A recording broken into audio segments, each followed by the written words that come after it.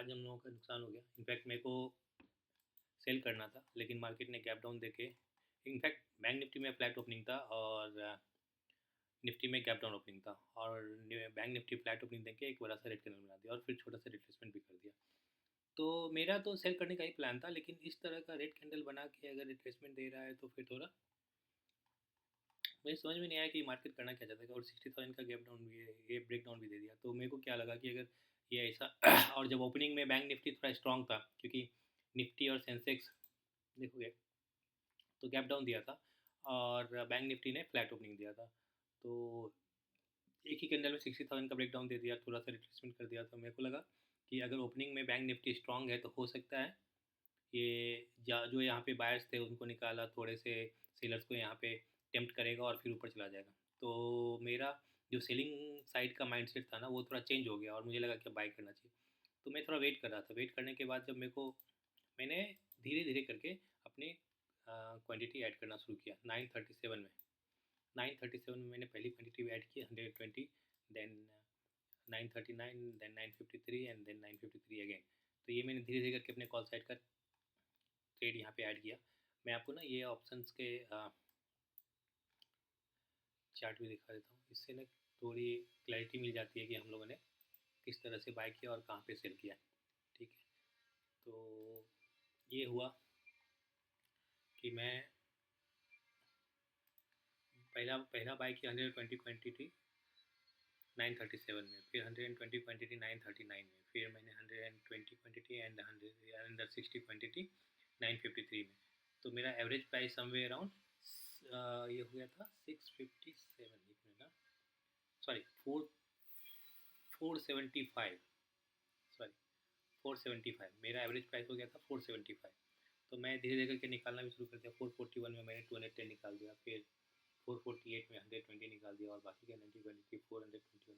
In fact ये मेरे का कॉस्ट तक भी आया था, 475 तक आया था बाद में। तो मैं यहाँ पे सोचा अभी थोड़ा जो मेरी आधी क्वांटिटी बची हुई है वो थोड़ा मेरे को यहाँ पर प्रॉफिट दिखा दे तो मैं निकल ही जाऊँ।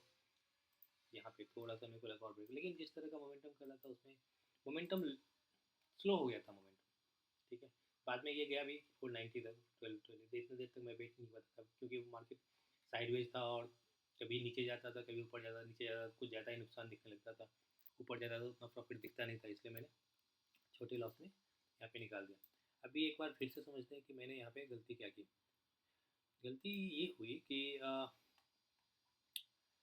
जब फ्लैट ओपनिंग दे के, फ्लैट ओपनिंग से मेरे को क्या लगा कि बैंक निफ्टी थोड़ा स्ट्रॉन्ग बिहेव करेगा। ठीक है, क्योंकि निफ्टी और सेंसेक्स में थोड़ा गैप डाउन था।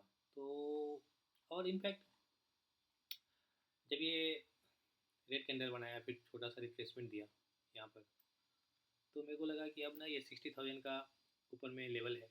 तो जो लोग यहाँ पे ये रेड कैंडल देख के और 60,000 के लेवल के आसपास अपना स्टॉप लॉस रखेंगे और सेल करने मार्केट को आएंगे, मार्केट उसको निकालने की कोशिश कर रहा था। मैं थोड़ा वेट कर रहा था। जब यहाँ पे ये एक दो कैंडल बनने लगे ना, तब मेरे को लगा कि अब ना ये थोड़ा सस्टेन करेगा। तो मैंने जो पहला ऑर्डर लिया था 937 में ही लिया था, राइट।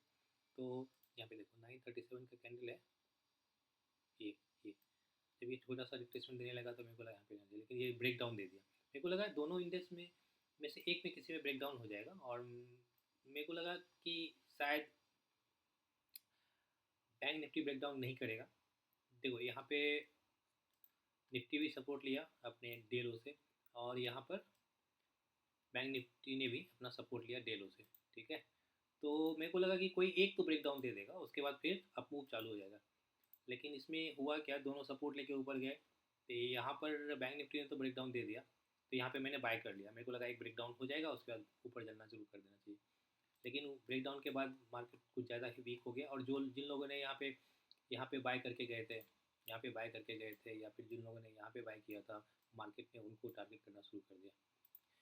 लेकिन मेरे को इतना तो लगता था कि बहुत ज़्यादा नीचे स्टॉप लॉस है नहीं, तो बहुत ज़्यादा नीचे ये अगर जो भी अगर रेड कैंडल बना के फिर नीचे चला जाएगा, ऐसा ऐसा अगर मार्केट जाता रहेगा तो कोई भी यहाँ पे बाय करने आएगा नहीं। तो मेरे को थोड़ा सा रिट्रेसमेंट तो लगता था, लेकिन I was prepare to liquidate my position even loss. तो मैं सिर्फ एक रिट्रेसमेंट का वेट कर रहा था। रिट्रेसमेंट मेरे को मिलता मैं निकल जाता, क्योंकि मेरे को नुकसान हुआ कोई कुछ ज़्यादा ही दिखने लगा था यहाँ पे। इनफैक्ट मैंने अपने स्टैगर्ड मैनर में अपनी क्वांटिटी ऐड किया था, लेकिन फिर भी मेरा नुकसान ज़्यादा दिख रहा था। तो मैं सिर्फ प्रिपेयर था कि मेरे को कम से कम नुकसान में मैं निकाल दूंगा कोई पोजीशन से।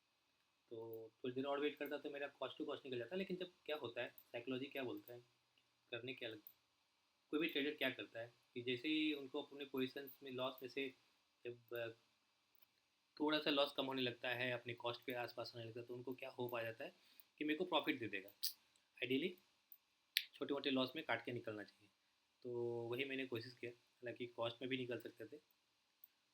ठीक है, तो आज के दिन ये नुकसान हो गया। तो ये मैंने समझाने की कोशिश की कि मेरे उस समय मेरा थॉट प्रोसेस क्या चल रहा था जब मैंने ट्रेड लिया था और जब मैंने अपने ट्रेड से मैं अपना निकला था। तो आज के दिन मेरा ये छोटा सा नुकसान हुआ है। ठीक है, आज के लिए इतना ही, मिलते हैं अगले वीडियो में। Thanks lot for watching.